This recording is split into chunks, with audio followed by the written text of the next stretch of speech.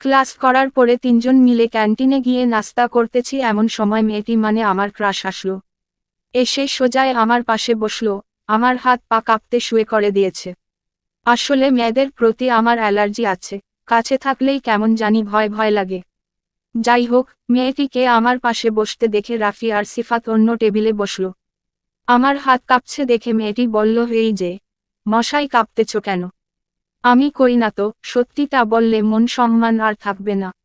মেয়েটি, by the way, তোমার নাম কি? আমি শাহিদ হাসান শাহী। আপনার? মেয়েটি, সামিয়া জাহান। আমি, আহা কি নামরে, যেমন চেহারা তেমন নাম। আবার ক্রাশ খেলাম, বিড়বিড় করে। সামিয়া কিছু বললে? আমি কইই না তো। সামিয়া, তোমার নাম্বার দেও। আমি, হোয়াট? আমি কেন আপনার মতো ডাইনিকে নাম্বার দিতে যাব?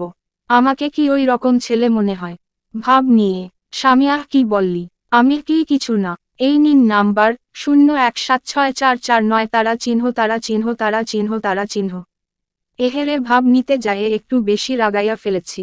সামিয়া, আর শোন, কোন মেয়ের সাথে কথা বলবি না এবং চোখ তুলে তাকাবি না।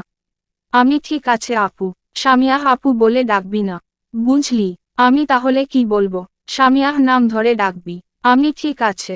সামিয়াকে বিদায় দিয়ে রাফিদের টেবিলে দেখি ওরা দুজন নাই। আমি বিল দিতে চাইলে বলল, সামিয়া নাকি দিয়ে গেছে। ক্যাম্পাসের বকুল গাছের নিচে দেখি ওরা দুজন বসে আছে। ওদের কাছে যাতেই রাফি বলল, মামা এত দেরি হলো কেন? আমি ওদেরকে সব কিছু বললাম। সিফাতো, মামা সামিয়া আপি মনে হয় তোকে ভালোবাসে। আমি, তাই যেন হয় মামা, দোয়া কর। ওদের সাথে কিছুক্ষণ আড্ডা দেওয়ার পর বাসায় আসলাম। রুটিন অনুযায়ী আবার সন্ধ্যায় আম্মু ঘুম থেকে জাগিয়ে দিল। ফ্রেশ হয়ে নাস্তা করে একটু ঘোরাঘুরি করতেই আজান দিল। নামাজ পড়ে বাসায় এসে পড়তে বসলাম। রাতে ডিনার করে ঘুমাতে যাব এমন সময় ফোনটা বেজে উঠল। দেখি অপরিচিত নাম্বার থেকে ফোন এসেছে। প্রথমে ধরলাম না, পরে আবার দিল, ধরলাম না, আবার দিল, এবার ধরলাম। আমি, আসসালামু আলাইকুম। কে বলতেছেন? অপরিচিত। ওয়ালাইকুমুস সালাম। আমি সামিয়া। আমি, এত রাতে কি জন্য ফোন দিয়েছেন? সামিয়া, কথা বলার জন্য। আমি, আজব তো, আমি এই প্রশ্ন করলাম। সামিয়া, ও সব বাদ দাও। ডিনার করেছো? আমি, হ্যাঁ। আপনি করেছেন? সামিয়া, হুমুম। এভাবে কিছুক্ষণ কথা বলে রাখে দিলাম। পরের দিন ক্যাম্পাসে বসে তিনজন মিলে আড্ডা দিচ্ছিলাম এমন সময় একটা মেয়ে এসে বলল,